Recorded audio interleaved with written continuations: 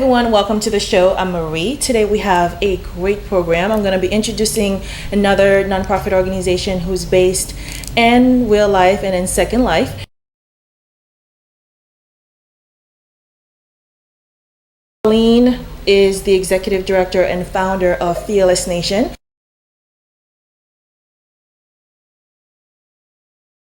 And she's going to be on the phone to talk to us about what her organization does and what's going to be coming up in the next few months.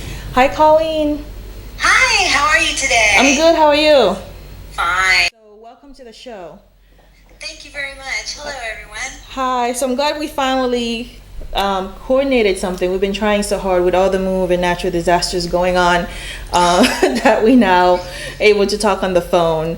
So I'm excited to tell our viewers about the mission of the organization, but can we start by talking a little bit about what inspired you to start Fearless Nation?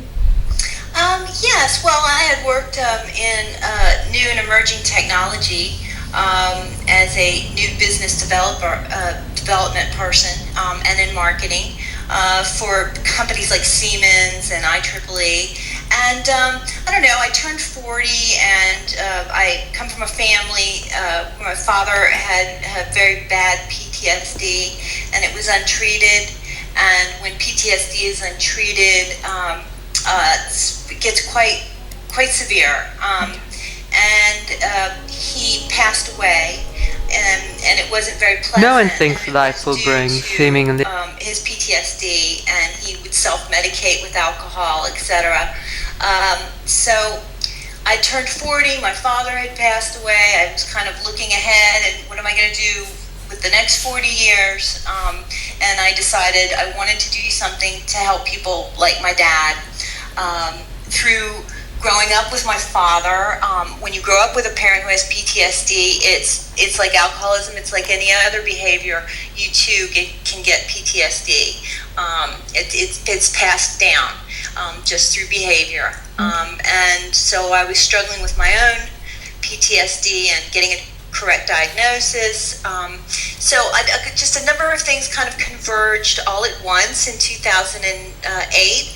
And I went back to school and got my master's degree in forensic psychology and founded Fearless Nation. And we just became, last November, we became a 501c3, which in the United States is it's a tax-exempt charity organization. Right. That's great. Wow, that's a big plus, I think, for most organizations to become fiscally independent, I would say, for you to have your own number from the IRS so you can do what you do best, which is making change in the world.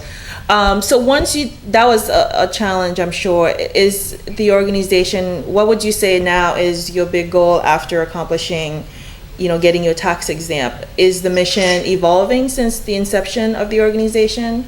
Very much so. And, we have because PTSD is a little misunderstood, and we run into a number of issues that we're trying to tackle. And these issues include getting the right diagnosis, because a lot of therapists and doctors don't recognize PTSD and don't understand what it is. It's kind of like 20 years ago when somebody had clinical depression, which is we know now is a very serious condition.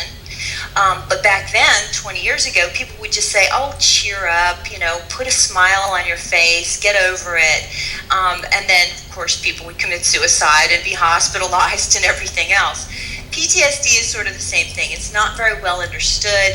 So there's a consumer component, kind of getting people with PTSD armed with the right kind of knowledge that they need to get the right kind of tests and the right kind of care.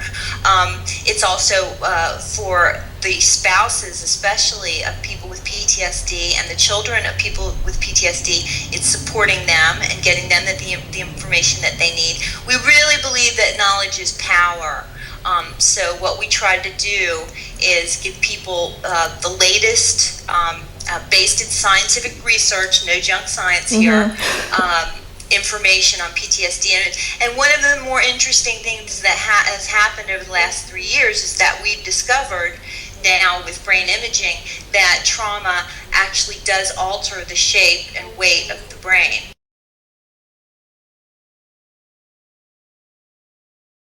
And so we know now that it's a very real physical ailment, and certainly you wouldn't turn away somebody or misdiagnose somebody who has a broken leg or a broken arm. PTSD is no different. It's just changing people's perceptions about it. Okay, so for those who may not know, how do you define PTSD? I mean, I don't know if the medical, if the medical field has their own definition versus when we do work within the nonprofit. Is the definition the same? Yes, we use the definition is from the American Psychiatric Association's manual of diagnostic. See, it's the Diagnostic and Statistical Manual of Conditions. Okay. It's called the DSM-4. That's what I always call it, so I forget what it really stands for. And I guess the proper definition of PTSD is when somebody has been exposed to helplessness, horror, hostage situations, combat, where they have a job such as police officers, emergency response workers, and of course, soldiers are in situations where for long periods of time they're under a great deal of stress. And they may be exposed to seeing things that you wouldn't ordinarily see, that most people would find horrifying. And it basically, there's that old saying from the 60s, it blows their mind. It blows our minds. Yeah. It really does blow your mind. And what happens is it changes people, and it changes it not only changes the shape of their brain, but it changes their perception of everything, including, spiritual beliefs. They come home to families and they feel like strangers. They feel like isolated from everyone else because they've experienced this horrifying event, and they find it very, very hard to come back to normal life after they've seen what's possibly the worst that somebody can see, either man-made or No one as thinks a life will natural bring disaster. seemingly insurmountable Great. challenges. So one of the thing I know you mentioned is war, because I know one of the misconception is the fact that it only happens to those soldiers who have gone to war, because that's what we mostly see in the media, that a lot of the individuals who are affected are soldiers primarily. Would you say that's still a misconception now? Yes. Of course, when people think of PTSD, they think of, that combat fatigue, that soldier's heart, some of those old names we had, shell shock. But the truth of the matter is that PTSD happens in many professions and many vocations, particularly law enforcement. The things that homicide detectives have to see, that police officers have to see, that emergency response workers have to see, even those that work in trauma units in the medical profession see things every day that, and just over and over. It's kind of like, imagine going to a job for 8 or 10 hours a day where you see people on their very worst day. Yes. It has an effect on you after a while. And the interesting thing about PTSD is that the people who are most vulnerable to getting it are the people who probably have the biggest hearts. They probably care more. They're caregivers. Most police officers go into police work because they want to help society. They want to help others. Doctors and paramedics go into that work to help others. Soldiers go into it to serve their country. Then there's another form of PTSD which can be gotten involuntarily. Not that it's voluntary. It's not a voluntary condition, but let's say that you're a prisoner of war, that you've been caught up in human trafficking. I have spoken with several human trafficking survivors, and it's quite rough. If you've been abused sexually or verbally or psychologically as a child, you will have PTSD. You'll see a lot of women in the adult trade, in prostitution, who have been subject to that sort of abuse. And we also have, very interesting, the therapists that work with trauma patients exclusively they get what's called vicarious or secondary trauma. I mean, imagine if you have 8 patients a day on the average who are telling you these horrifying stories, and you have to maintain a professional distance in order to help that person. We find that these people also suffer what we call compassion fatigue. Yeah, I mean, I think this is probably common in the field of mental health or any work I think you do when you're dealing so much with trauma, but your role is to help those who have experienced it. But then I guess by association, you're also affected. Even though as a professional, you can't really be neutral. Yes, as a matter of fact, I have been taking the last couple of weeks off because I'm subject to that myself. First-hand experience. You try to proof yourself and be more resilient against it, but sometimes it gets to you when you're doing it 24/7. So, right. But I'll be back in the game, in another week or two. So. And if you, September is already here. So I'm excited to hear about the programs that you offer, particularly the peer support group that you have in Second Life. Can you tell us a little bit what we can expect starting in September after the holidays? Yes, well, we have, so far, we have 5 support groups a week. Our first support group is, it's really kind of a casual meeting. We don't include a whole lot of education in it, but it's not like a 12-step program or anything. People are just allowed to gather. We have a topic that we talk about. Some people just like to listen in. Some people like to participate. And we like to mix people up. Sometimes soldiers just want to be with soldiers. Cops just want to be with cops. Maybe women who have experienced sexual abuse or rape or crime, they just want to be an all-women's group. We mix everybody together, and nobody has to confess their story. We're very strong on that. Nobody has to get up and confess the horrible event that happened to them. In fact, most people with PTSD will not tell you what happened to them. They will only talk to a therapist about it or a very good friend, and after a very, very long time will the whole story come out, because part of the memory, it's kind of complicated, but they're missing parts of their memory, and they have to retrieve those memories, so they can't remember a lot of it, but it does come back after a while. So that's kind of a nice, easygoing. It's a very popular meeting that we have every Tuesday evening. Okay. Then on Wednesdays and Thursdays, we have 2 other groups. We have 2 cover groups, and we have 2 what we call empower groups. And the addiction recovery, we don't use the 12-step program. We use the new approach towards group therapy for addiction, and that is, instead of talking about the past, confessing all the bad things you did when you were using substances or misusing substances, we're going to talk about what you're going to do today, and we go through some exercises. We provide a 15-minute bit of education about addiction, and we provide science-based exercises that have been proven to work that everybody can kind of work on and do their homework a little bit. And those are kind of new meetings. We've only had those for a couple of months, but they're coming along nicely. The Empower group is a PTSD-centric group, but what we do is we provide, a lot of the information that we provide on our website. We provide little bite-sized pieces of information for the first 15 minutes of these 1-hour meetings, and then we let people ask questions and discuss how they feel about it. Like we show them pictures of the brain.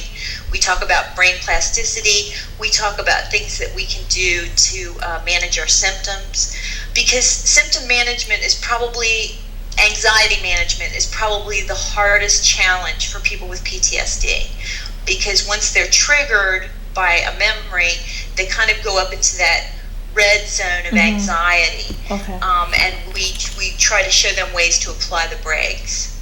So they're all very popular meetings. We have 5 of them a week. We'd like to add more, but we're, human resources, right. Financial resources. We'll get there. Okay. And those are in Second Life or also in real life? Primarily in Second Life? We have them in Second Life, primarily in Second Life, because it's more in person. Right. You know what I mean? Because your avatar is talking to another avatar, and there's Right. a real person behind that avatar, and there's a face and a body and a voice. But then what we also do is take some of these topics and we put them up on LinkedIn, our LinkedIn group, our Facebook group. We have a blog, which is really a discussion blog, where I'll put up a subject get people to talking about it. So we talk a lot about consumer education, things like the stigma associated with PTSD is horrible. And that's one thing about the internet and about Second Life that's very, very good is people, police officers and soldiers and people who are subject to stigma from their bosses that could hurt their careers.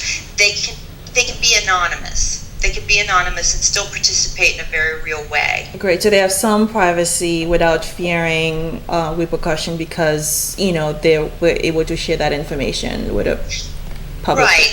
Right. Because, you can have a Gmail address with a funny name like Bobo639 or something like that. I hope that's nobody's email address. But you could, and then you can have an account in Second Life for free. It costs nothing, and you can come up with your own name, and you can choose whether to be your real self or to be anonymous. And we particularly are law enforcement and veterans choose to be anonymous, and our rape victims choose to be anonymous. Okay. Yeah, I think those are great to know ahead of time that they do have some privacy. They don't have to share anything personal that they're not comfortable with. Also, I wanted to ask, because there's so much going on from the support groups to other activities you do to increase awareness about PTSD, can you talk about 3 specific things that our viewers or anyone in the world can do to support Fearless Nation at this time? Yes. Well, absolutely. Please visit our library. If you're in Second Life, please come and visit our library.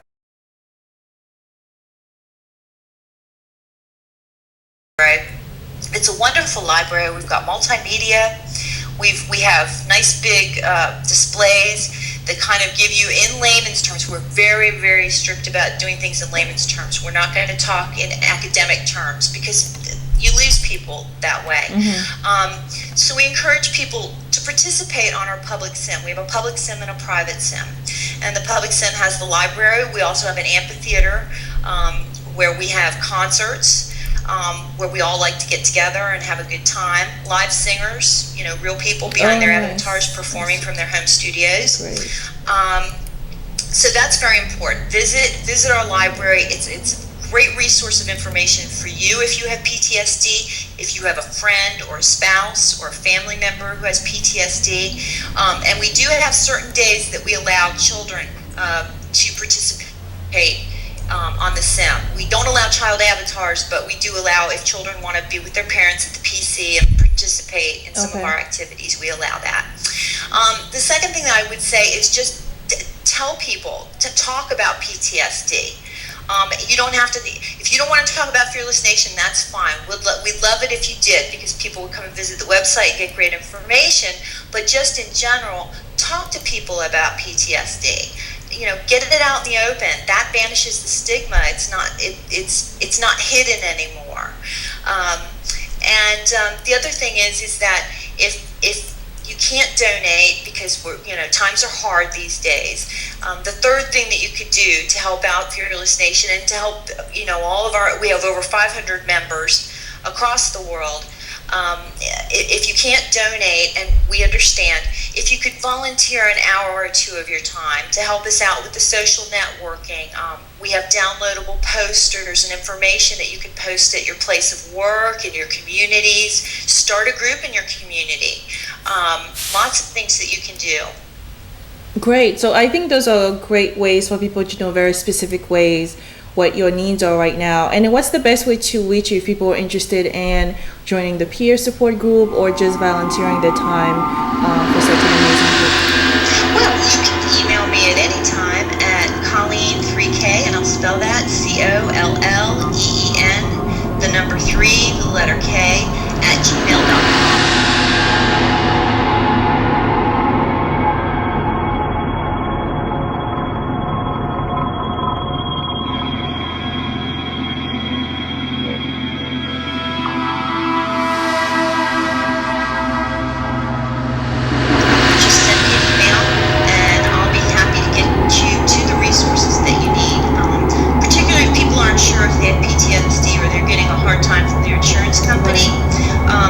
Website, I'll give you the direct links not searching around. I'm the webmaster and I'm terrible at it. Find the link. I'm horrible. So I will get you, send you the actual documents of questions that you can ask your doctor and the kind of things that you should expect from your doctor, as well as a list of diagnostic tests that you can ask for that are very easy and very cost effective in order to determine whether you have PTSD or not for that insurance. To get covered. So that's good, because I'm sure one of the issues is being able to really take charge of their mental health, to be able to have a conversation with the healthcare provider. So those are really great tips. So the other thing I wanted to ask you, I know you have something coming up toward the end of the year. I'm hoping we'll have more time on a different day where I can visit the SIM and get a better sense of what happens there. Also the retreat. Sure. In November, we are having our third annual Be Fearless event. We're really excited about it. What we did the first 2 years was have a 24-hour marathon, and that was just, that sent everybody to bed for 3 days afterwards. So what we're going to do instead is have 10 days of art and live music from both DJs from all over the world, as well as live performers from all over the world, singers and musicians. We're going to have 2 extra Sims pulled up next to the Sims that we have, and we've got some very prominent artists in Second Life who are going to be doing installations. And they don't necessarily have to be about trauma, they're just enjoyable. And some of our sponsors are going to have little shop kiosks. It's just going to be just like a nice 10-day festival where you can come and go and there's no worry or hurry. But definitely you'll be seeing some posters and things around Second Life about it. And if you check out our website at fearless-nation.org, there will be plenty to see about that, and as well as the schedule of performances and what artists are going to be there, etc. We have some real life artists, some real life kind of semi-famous people who are going to be performing, so it's kind of fun. And we have a video from last year's event. So that's on the webpage. So that's great. I think Pookie is one of the people who done your video work, so she did an amazing job. Yes, she did. Pookie Amsterdam is the greatest, and Rob Wag, Soothsayer, her cinematographer, is absolutely the bomb. Great. So, give a shout out to them. I know, they did a really great job. So thank you so much for being on the program. I'm hoping we'll be hearing more in world, and people definitely know about your organization because one of your friends actually told me during a class, it's like, you have to talk with Anya because she has this amazing organization. So I'm glad we finally did the first interview. I'm hoping there are many to come as you have more events that are going to be happening toward the end, in the fall mostly. And then when the support groups start, I would love to promote them in world and do more announcements so people know how to sign up and get the support that they need to really cope with PTSD. Sure. And our support groups are open to the public. Everyone is welcome. Please drop on by, stop and see us on. If you're not in SL in Second Life, then at least stop by our website. Lots to learn there, lots to download and copy and educate, because knowledge is power. Yes. And if you know how to talk to your doctor in their terms, you'll get a whole lot more attention and respect from them. I guarantee it. Great. Thank you, Colleen. You're doing an amazing job, and I hope we'll stay in touch. I'm going to share with our viewers the short video that's on your website and encourage them to visit and get more information. So we'll be in touch. Thank you. All right. Peace out, everybody. Take care.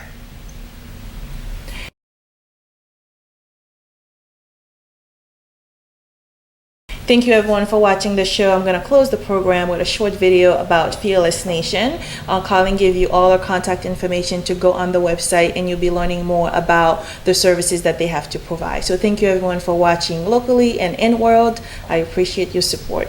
When there is darkness, there must be light.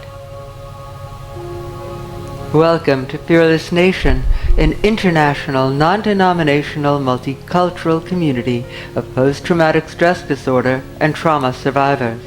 Fearless Nation offers public education using the latest research and scientific information. Our focus is on raising awareness, providing education, and offering support to all trauma survivors to banish stigma and misinformation associated with PTSD. I learned so much about PTSD, things I could not find anywhere else, like how it affects my kids and my spouse. This makes me want to work hard at beating it. I don't want my kids to suffer because of my problems. The art here, it can upset me a little. But when I look again, I see that artist's heart. He or she was hurt too. But they keep on creating and making amazing art, even if some of it's upsetting. I want to be like that. Maybe try photography or even video to express myself.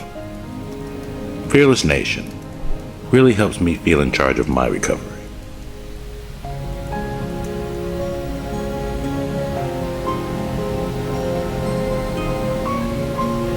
It's nice to have a place to go where there are other people like me who understand when I feel terrible or I can't sleep. There's always someone there to listen, who really gets what I'm going through.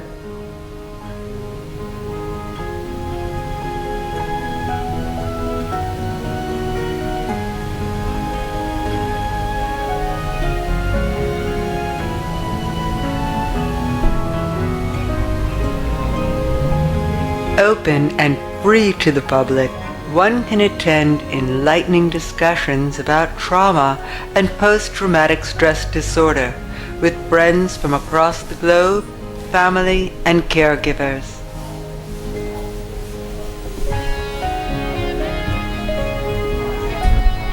The leaders of Fearless Nation get out there and walk the talk and show the others we deserve some respect. I love it when we have get-togethers and singers who perform here. It makes me proud to be part of a group that helps strangers understand PTSD.